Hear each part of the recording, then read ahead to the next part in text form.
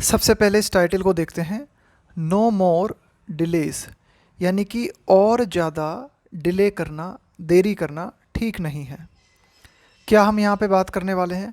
हम यहाँ पे बात करने वाले हैं जनगणना के संबंध में कि जनगणना में और ज़्यादा डिले करना ठीक नहीं है। कास्ट इन्यूमरेशन, इन्यूमरेट का मतलब होता है काउंट करना, गिनती करना, गणना। तो जाति गणना शुड नॉट होल्ड, होल्ड का मतलब है किसी चीज़ को रोकना, the census from being undertaken, undertake करने का मतलब होता है किसी चीज़ पे काम शुरू करना, क्विकली। कहने का मतलब यह है कि जाति गणना जो है उसे, जो जनगणना है उसे नहीं रोकना चाहिए। कहने का मतलब यह है कि जाति गणना जो है वो कारण नहीं बनना चाहिए कि जनगणना जो है वो डिले हो जाए। तो यही बात यहाँ पे की गई है। Hold, should not hold the census from being undertaken. Being undertake का मतलब है कि भाई आपने उसको अंडरटेक कर लिया, यानी कि उस पर आपने काम शुरू कर दिया। कहने का मतलब ये है सेंसस जो है वो क्विकली शुरू होनी चाहिए, जनगणना जो है क्विकली शुरू की जानी चाहिए। ऐसा नहीं होना चाहिए कि जो कास्ट इन्यूमरेशन है, जाति आधारित जो गणना है, वो सेंसस को होल्ड करे, रोके। इन what can only be a case of mudding the water, muddy the waters, इसका मतलब होता है कोई सिचुएशन जो है उसमें और ज़्यादा कन्फ्यूज़न क्रिएट करना, उसे और ज़्यादा जटिल या कॉम्प्लिकेटेड बनाना। तो कहने का मतलब ये है कि in what can only be a case of muddying the waters, कि हमारे सामने जो परिस्थिति है उस परिस्थिति को देखकर हम यही कह सकते हैं कि सिचुएशन को और ज़्यादा कॉम्प्लिकेटेड बनाया जा रहा है। The union government is reportedly, तो देखो अभी हाल ही में यूनियन गवर्नमेंट ने जो कुछ किया है उसे हम क्या कह सकते हैं? उसे हम यही कहेंगे मडिंग द वाटर्स, यानी कि सिचुएशन को और ज़्यादा कॉम्प्लिकेटेड बनाना। क्या किया है यूनियन गवर्नमेंट ने? इज़ रिपोर्टेडली, इस तरह की रिपोर्ट आई है। Mewling the expansion of data collection, देखो मल का मतलब होता है यहाँ पे विचार करना, सोचना। द एक्सपेंशन का मतलब है विस्तार करना, expansion of data collection in the long delayed census to include caste enumeration. कहने का मतलब यह है कि इस तरह की रिपोर्ट हमारे सामने आई है कि केंद्र सरकार जो है इस बात पे विचार कर रही है क्या, कि डेटा कलेक्शन जो है, आंकड़े जो कलेक्ट किए जाते हैं उनको और एक्सपेंड किया जाए। इन द लॉन्ग डिलेड सेंसस, जनगणना जो पहले ही काफ़ी देरी हो चुकी है जिसमें, तो उस जनगणना में केंद्र सरकार जो है क्या चाह रही है? कास्ट इन्यूमरेशन को भी इंक्लूड करना चाह रही है, इस बारे में जो है विचार कर रही है। तो ये एक ऐसी परिस्थिति है जिसे देख के हम कह सकते हैं कि ये एक ऐसा केस है जहां हम क्या कह सकते हैं? मडिंग द वाटर्स, की सिचुएशन को और ज़्यादा कॉम्प्लिकेटेड या और ज़्यादा कन्फ्यूजन क्रिएट किया जा रहा है। दैट से जब कोई सेंटेंस शुरू होता है तो उसका मतलब होता है यह बात की। Caste may be one of the variables, कि जाति जो है वो शायद एक फैक्टर हो सकता है इन द सेंसस, जनगणना में जाति जो है वो एक फैक्टर हो सकता है। That caste may be one of the variables could be an outcome of the strident demand. अब देखो ये जो जाति जनगणना की बात है ये कहाँ से आई है? कुड बी, इसका कारण ये हो सकता है, यानी कि ये जो जाति गणना है ये आउटकम हो सकती है। आउटकम का मतलब है परिणाम, नतीजा। तो किस चीज़ का परिणाम हो सकती है ये जाति गणना? Of the strident demand. Strident demand का मतलब होता है बहुत ही ज़बरदस्त तरीके से जो डिमांड की गई है। For a caste census by several political parties, कि कई पॉलिटिकल, सेवरल का मतलब हो गया कई, कि कई राजनीतिक पार्टियों के द्वारा जो कास्ट सेंसस की, जाति गणना की जो डिमांड की गई है उसका परिणाम जो है ये हो सकती है। बट लेकिन कंसिडरिंग का मतलब है इस बात को ध्यान में रखते हुए, इस बात पे विचार करते हुए। The incomplete and poorly constructed nature, but considering, इस बात को ध्यान में रखते हुए, इनकम्प्लीट अधूरा and poorly constructed nature of the socio economic and caste census of 2011, कि 2011 का जो सामाजिक आर्थिक आंकड़े हमारे पास हैं, है ना, कहने का मतलब ये है कि ये जो कास्ट सेंसस के आंकड़े 2011 के हमारे पास हैं वे एक तरह से इनकम्प्लीट हैं, वे पूरी तरीके से स्ट्रक्चर्ड नहीं हैं, विच रिजल्टेड इन डेटा। तो कुल मिला के 2011 कास्ट सेंसस के जो आंकड़े जो कुछ भी हमारे पास हैं वे कैसे हैं, which resulted in data that were unwieldy. Unwieldy का मतलब होता है बैडली ऑर्गेनाइज्ड, यानी कि ये जो आंकड़े हैं वो ठीक तरह से ऑर्गेनाइज्ड नहीं हैं, इनएक्यूरेट, सटीक नहीं है, एंड हैंस अनयूजेबल। और इस तरह से हम ये कह सकते हैं कि इन आंकड़ों को आप यूज़ नहीं कर सकते, कि कोई योजना आपको बनानी है तो उस योजना के लिए आप इसे यूज कर लो। The government must not hurry into utilising, तो सरकार जो है उसे जल्दबाजी नहीं करनी चाहिए यूटिलाइज करने में। The office of the registrar general and other agencies to tabulate caste. Tabulate का मतलब होता है आंकड़ों को जो है क्रमबद्ध करना, है ना, आंकड़ों को जमाना।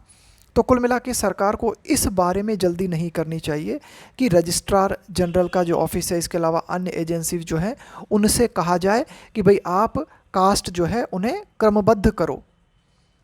There must first be a definite time frame to conduct the census. सबसे पहले तो एक निश्चित टाइम फ्रेम जो है निर्धारित किया जाना चाहिए, किस चीज़ के लिए, टू कंडक्ट द सेंसस, जनगणना करने के लिए सबसे पहले तो क्या किया जाना चाहिए, डेफिनेट टाइम फ्रेम जो है वो निर्धारित करना चाहिए। ऑन अ वार फुटिंग, देखो वार फुटिंग का मतलब होता है युद्ध के लिए तैयार हो जाना। तो जब आप युद्ध के लिए तैयार होते हो ना तो पूरी तरीके से बिल्कुल आक्रामक होकर आप तैयार होते हो। तो कहने का मतलब है कि सेंसस भी इसी तरीके से की जानी चाहिए जैसे आप एक युद्ध में भाग लेने जा रहे हो। जैसे युद्ध के समय जो तैयारी की जाती है ना बिल्कुल क्विकली और बहुत ही अच्छी तरीके से, तो ठीक उसी तरह से जितनी जल्द हो सके टाइम निर्धारित करके सेंसस को कंप्लीट किया जाना चाहिए।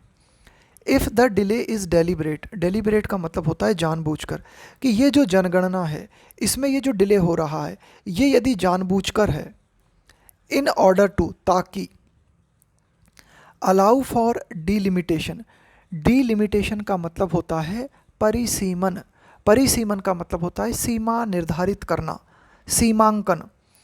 To be delimitation to be conducted first, to be conducted का मतलब है पैसिव स्ट्रक्चर है कि कंडक्ट किया जाए, आयोजित किया जाए इन 2026, कि if the delay is deliberate, कि भाई अगर ये जो सेंसस नहीं हो रही है और इसमें जो डिले हो रहा है वो अगर जानबूझकर है, क्यों है वो जानबूझकर डिले, ताकि डिलिमिटेशन किया जा सके, है ना, to be conducted first in 2026।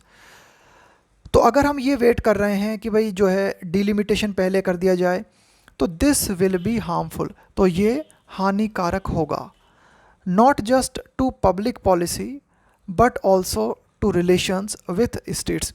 अगर सेंसस सही समय पे कंप्लीट नहीं हो पाती है तो न केवल हमारी जो पब्लिक पॉलिसीज़ हैं उनके लिए ये नुकसानदायक होगा, बल्कि जो राज्य हैं उनके साथ जो संबंध हैं उनको भी इससे हानि पहुंचेगी।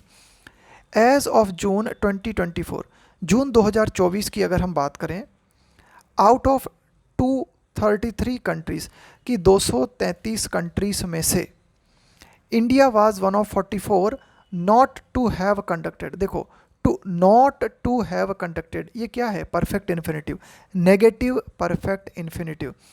परफेक्ट इन्फिनिटिव का हम प्रयोग करते हैं कंप्लीशन को शो करने के लिए।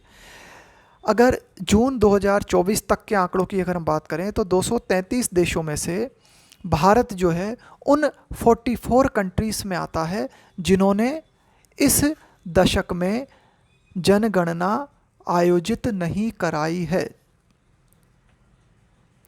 द ऑस्टेंसिबल रीज़न, देखो ऑस्टेंसिबल का मतलब होता है प्रकट रूप में, reason provided by the union home ministry कि गृह मंत्रालय के द्वारा प्रकट तौर पर या ऊपरी तौर पर दिखाई देने वाला जो कारण दिया गया है वो ये है, was delay due to the कोविड-19 पेंडेमिक, कि भाई ये डिले क्यों हुआ सेंसस में, ये डिले हुआ कोविड-19 पेंडेमिक, कोविड-19 महामारी के कारण।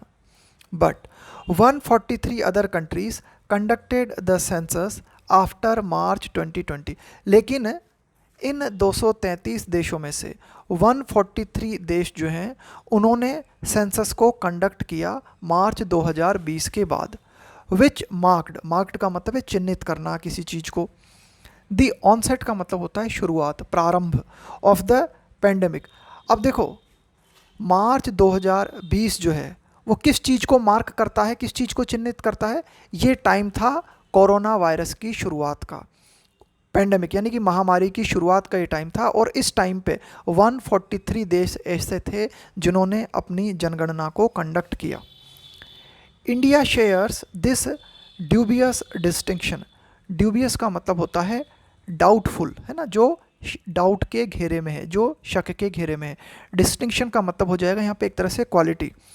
India shares this dubious distinction of not having a census with countries affected by conflict. देखो अब अन्य देशों की अगर हम बात करें जहाँ जनगणना नहीं हुई है, तो वहाँ क्यों नहीं हुई है, क्योंकि कई देश जो हैं वो वहाँ कॉन्फ्लिक्ट हमें देखने को मिल रहा है, संघर्ष की स्थिति देखने को मिल रही है, या फिर वहाँ पे आर्थिक संकट देखने को मिल रहे हैं, इकोनॉमिक क्राइसिस और टर्मोइल, या फिर उथल पुथल देखने को मिल रही है, राजनीतिक सामाजिक उथल पुथल, जैसे कि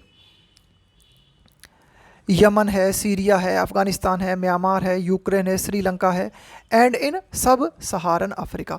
तो ये कुछ ऐसे देश हैं जहाँ जो कि आर्थिक संकट या राजनीतिक उथल पुथल या युद्ध से जूझ रहे हैं, और भारत भी संदिग्ध रूप से इन्हीं देशों की कैटेगरी में आ जाता है, क्योंकि इन देशों ने भी जनगणना आयोजित नहीं की है। लेकिन भारत में तो ऐसी कोई सिचुएशन नहीं है, लेकिन फिर भी भारत जो है इन देशों की कैटेगरी में आ जाता है जब हम बात करते हैं जिन्होंने जनगणना नहीं की है। There remains little excuse.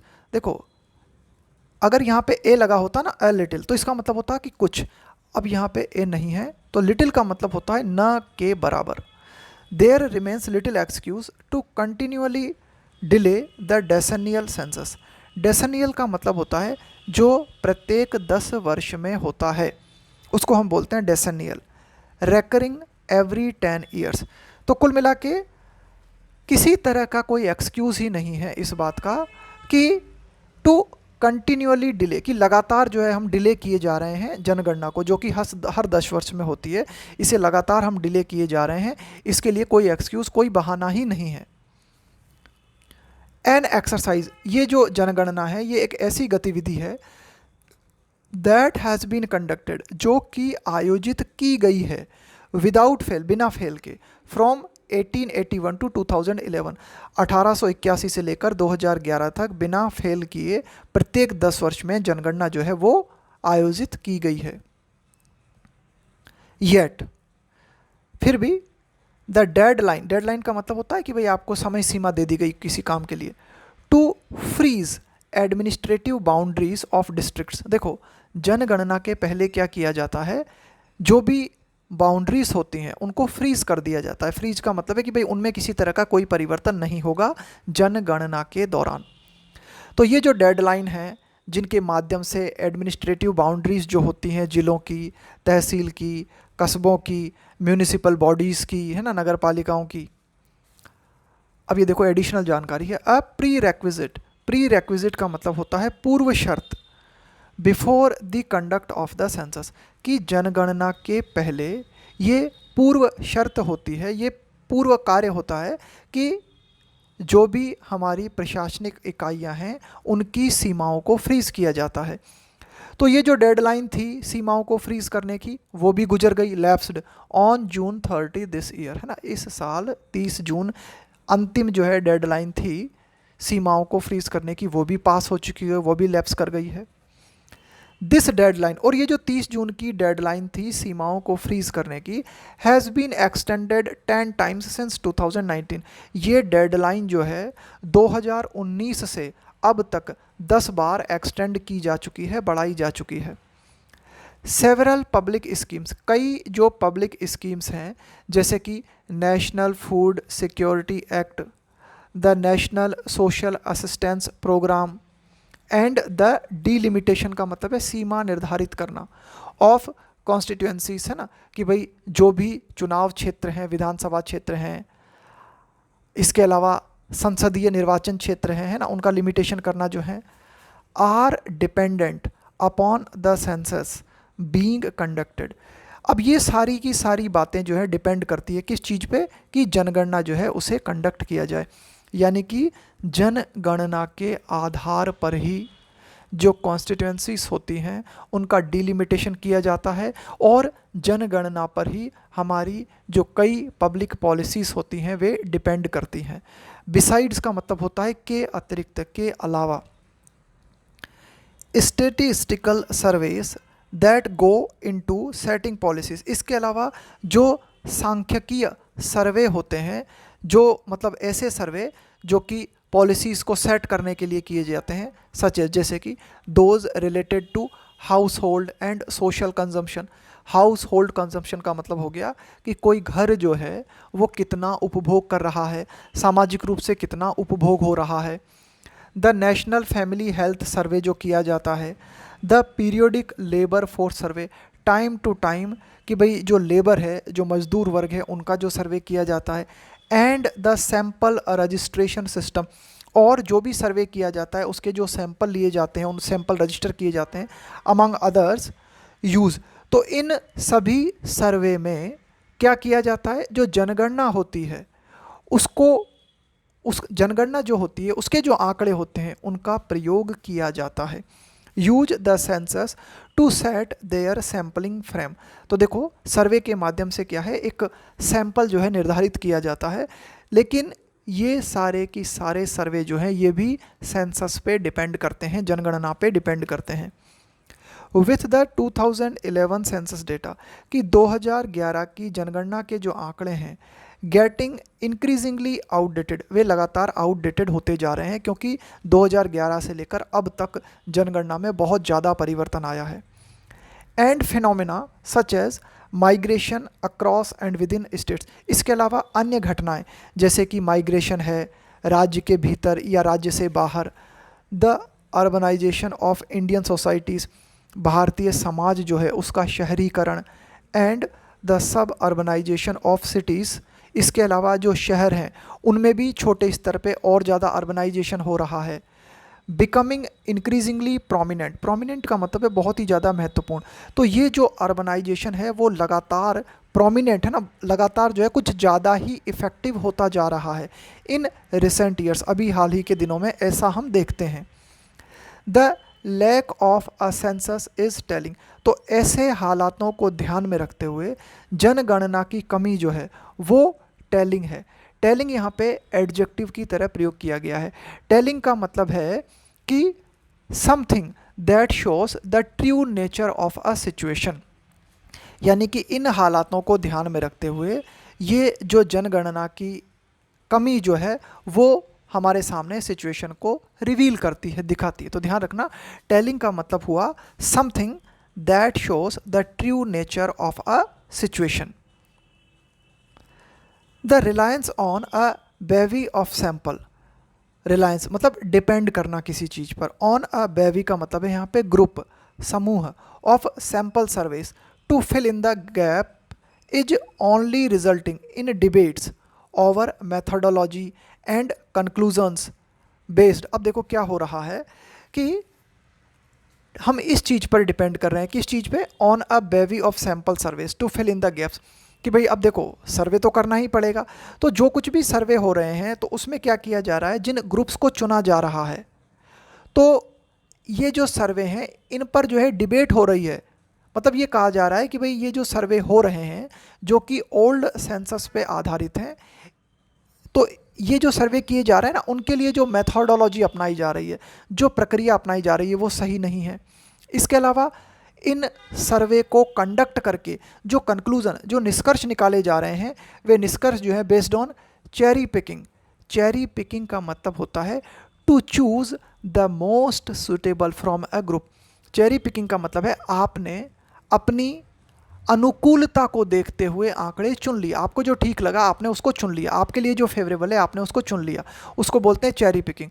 According to one's political choice, कि प्रत्येक पॉलिटिकल पार्टी है या कुल मिला के राजनीतिक चॉइस के हिसाब से सर्वे के जो निष्कर्ष निकाले जा रहे हैं वो एक तरह से बेस्ड ऑन चेरी पिकिंग है। यानी कि वे जो कंक्लूजन्स आ रहे हैं वे कंक्लूजन्स कैसे हैं, वे कंक्लूजन्स जो हैं फेवरेबल हैं। किसके लिए फेवरेबल है, जो व्यक्ति उन कंक्लूजन्स को निकाल रहा है। यानी कि हमें निष्पक्ष आंकड़े और निष्पक्ष सर्वे प्राप्त नहीं हो रहे हैं। Clearly the union government must stop being derelict. Being का मतलब है होना, डेरेलिक्ट का मतलब है लापरवाह इन इट्स ड्यूटीज़, कि स्पष्ट तौर पे केंद्र सरकार जो है उसे अपने कर्तव्य का निर्वहन करने में लापरवाह नहीं होना चाहिए। एंड शुड प्रोसीड विथ का मतलब है आगे बढ़ना, द सेंसस क्विकली, और ये जो जनगणना है इसे कंडक्ट करने के लिए और जितनी क्विकली हो सके उतनी जल्दी क्विकली करने के लिए आगे बढ़ना चाहिए। यानी कि सेंसस जो है उसे कंडक्ट करना चाहिए और यूनियन गवर्नमेंट जो है उसे डेरेलिक्शन नहीं दिखाना चाहिए, यानी कि अपनी ड्यूटीज़ के प्रति लापरवाह नहीं होना चाहिए। यह था हमारा आज का एडिटोरियल।